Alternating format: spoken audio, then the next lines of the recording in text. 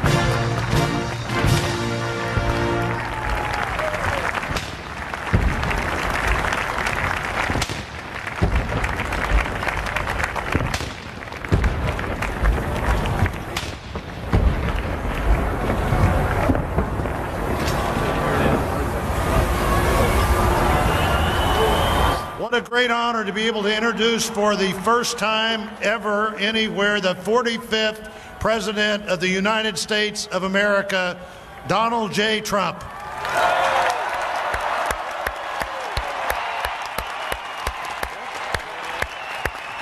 I get that one right?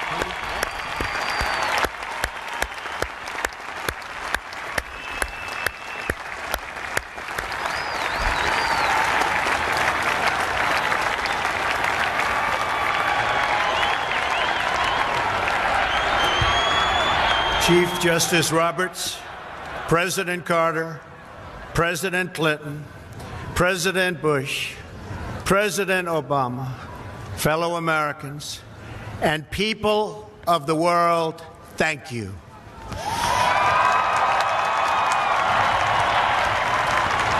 We, the citizens of America, are now joined in a great national effort to rebuild our country and restore its promise for all of our people. Together, we will determine the course of America and the world for many, many years to come.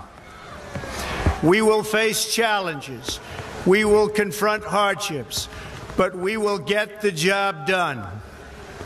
Every 4 years, we gather on these steps to carry out the orderly and peaceful transfer of power. And we are grateful to President Obama and First Lady Michelle Obama for their gracious aid throughout this transition. They have been magnificent. Thank you.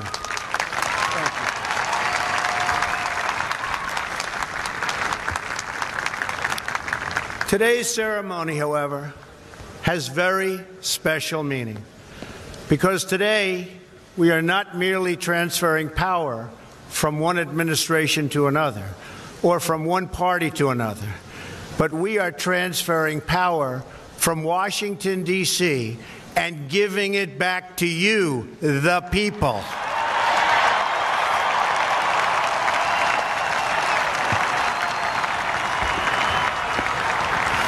For too long, a small group in our nation's capital has reaped the rewards of government while the people have borne the cost.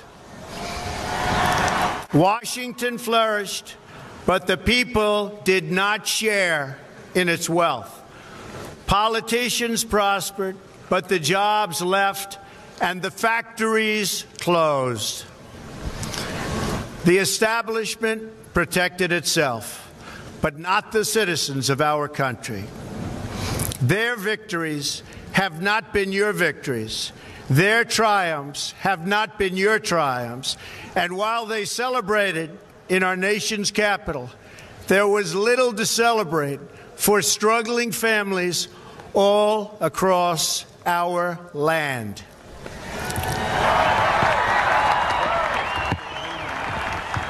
That all changes starting right here and right now, because this moment is your moment. It belongs to you.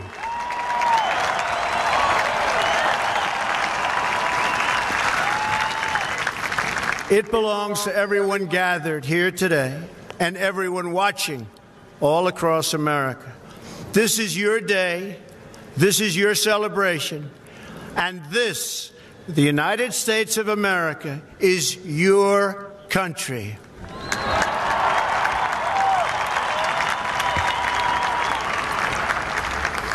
What truly matters is not which party controls our government, but whether our government is controlled by the people. January 20th, 2017 will be remembered as the day the people became the rulers of this nation again.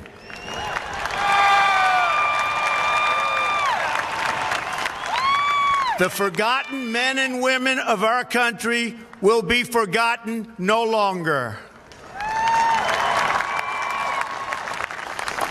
Everyone is listening to you now. You came by the tens of millions to become part of a historic movement, the likes of which the world has never seen before. At the center of this movement is a crucial conviction that a nation exists to serve its citizens. Americans want great schools for their children, safe neighborhoods for their families, and good jobs for themselves. These are just and reasonable demands of righteous people and a righteous public. But for too many of our citizens, a different reality exists. Mothers and children trapped in poverty in our inner cities, rusted out factories scattered like tombstones across the landscape of our nation, an education system flush with cash, but which leaves our young and beautiful students deprived of all knowledge, and the crime and the gangs and the drugs that have stolen too many lives and robbed our country of so much unrealized potential. This American carnage stops right here and stops right now.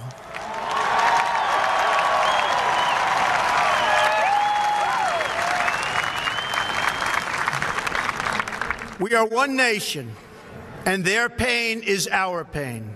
Their dreams are our dreams, and their success will be our success. We share one heart, one home, and one glorious destiny. The oath of office I take today is an oath of allegiance to all Americans.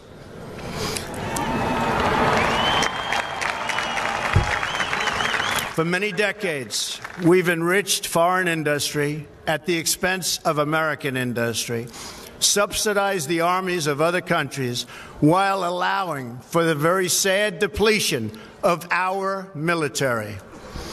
We've defended other nations' borders while refusing to defend our own.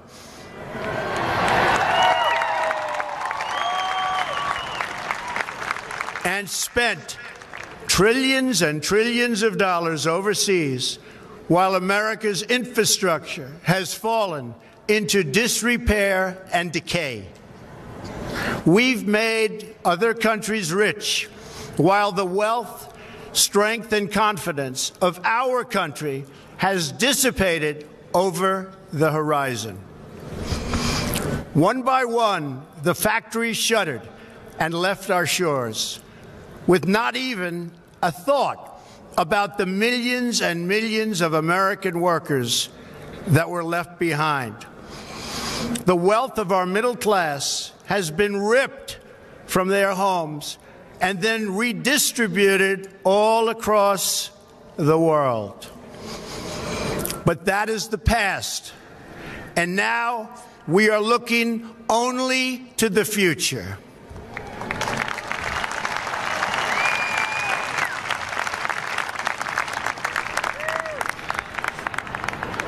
We assembled here today are issuing a new decree to be heard in every city, in every foreign capital, and in every hall of power.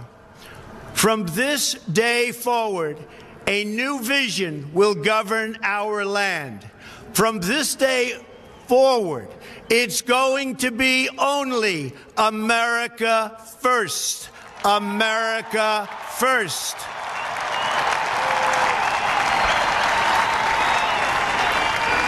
Every decision on trade, on taxes, on immigration, on foreign affairs will be made to benefit American workers and American families.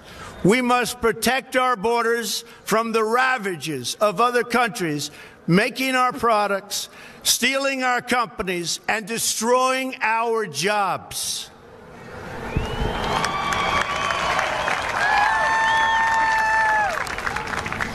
Protection will lead to great prosperity and strength. I will fight for you with every breath in my body, and I will never, ever let you down.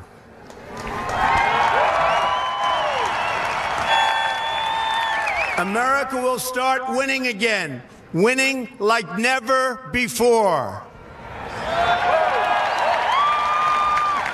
We will bring back our jobs. We will bring back our borders.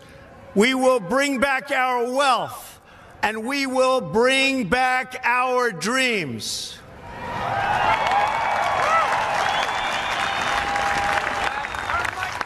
We will build new roads and highways and bridges and airports and tunnels and railways all across our wonderful nation. We will get our people off of welfare and back to work, rebuilding our country with American hands and American labor.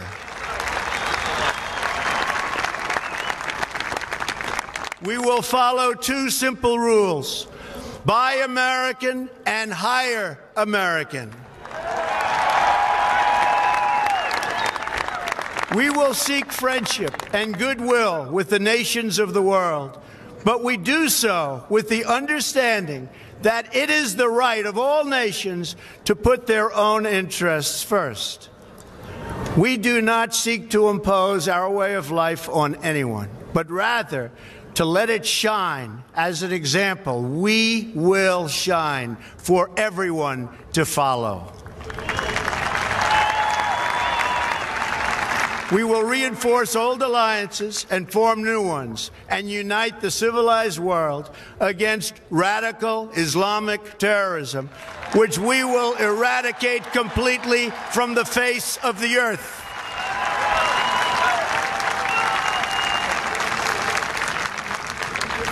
At the bedrock of our politics will be a total allegiance to the United States of America. And through our loyalty to our country, we will rediscover our loyalty to each other. When you open your heart to patriotism, there is no room for prejudice.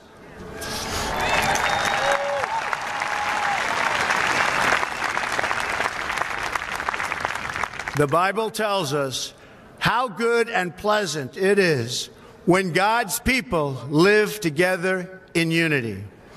We must speak our minds openly, debate our disagreements honestly, but always pursue solidarity. When America is united, America is totally unstoppable.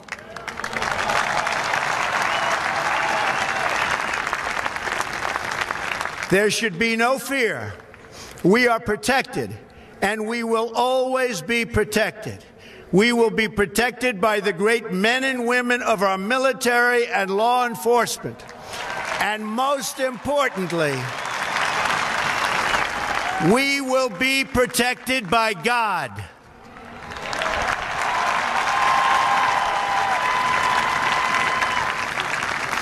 Finally, we must think big and dream even bigger. In America, we understand that a nation is only living as long as it is striving. We will no longer accept politicians who are all talk and no action, constantly complaining but never doing anything about it.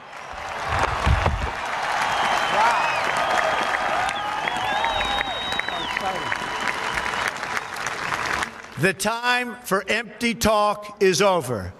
Now arrives the hour of action.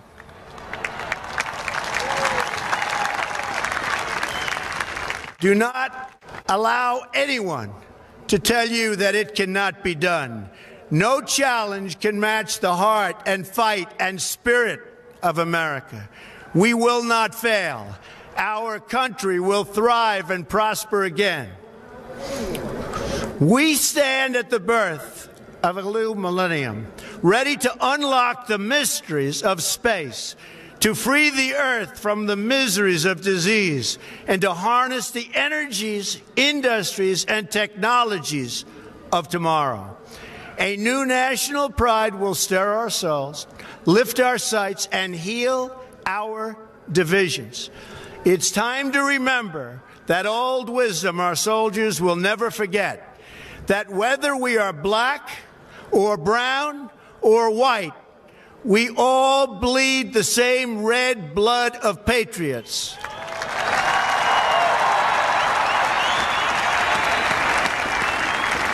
We all enjoy the same glorious freedoms, and we all salute the same great American flag.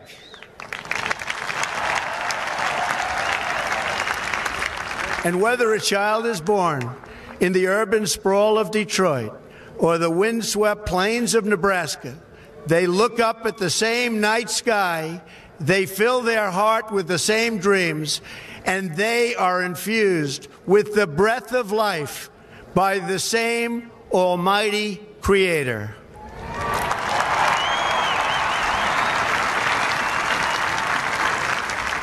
So to all Americans in every city, near and far, small and large, from mountain to mountain, from ocean to ocean, hear these words: you will never be ignored again.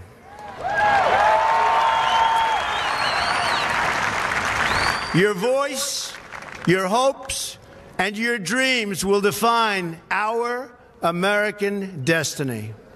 And your courage and goodness and love will forever guide us along the way. Together, we will make America strong again. We will make America wealthy again. We will make America proud again. We will make America safe again. And yes, together, we will make America great again. Thank you, God bless you, and God bless America. Thank you. God bless America.